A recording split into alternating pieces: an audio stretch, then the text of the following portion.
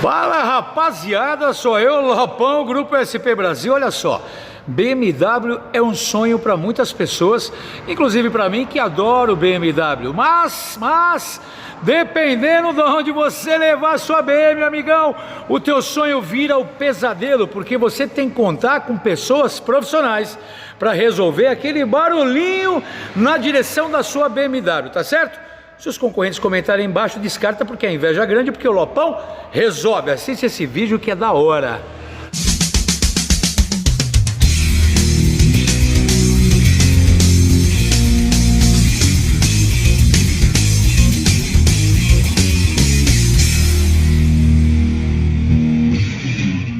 Meus amigos, verdade seja dita, duas BMWs aqui, 15 e 16, carros que tem uma direção maravilhosa. A BMW é um carro maravilhoso, formidável, nós adoramos a BMW porque é demais, mas a direção elétrica ela é maravilhosa, às vezes dá um defeitinho, um barulhinho. É nessa hora que você tem que ficar atento, porque se levar o carro numa concessionária, eles vão querer trocar a direção, certo? Trocando a direção, uma direção dessa é cara demais, não vou falar valor aqui, mas é muito cara apenas por causa do barulho na caixa. Aqui na SP você resolve esse barulho com uma tranquilidade, meu amigo.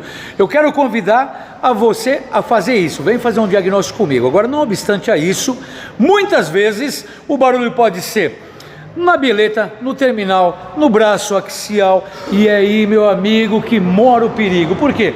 Dependendo de onde você levar, pelo simples fato de você estar com uma BMW, os caras vão querer te serrar no meio, dar um orçamento lá em cima.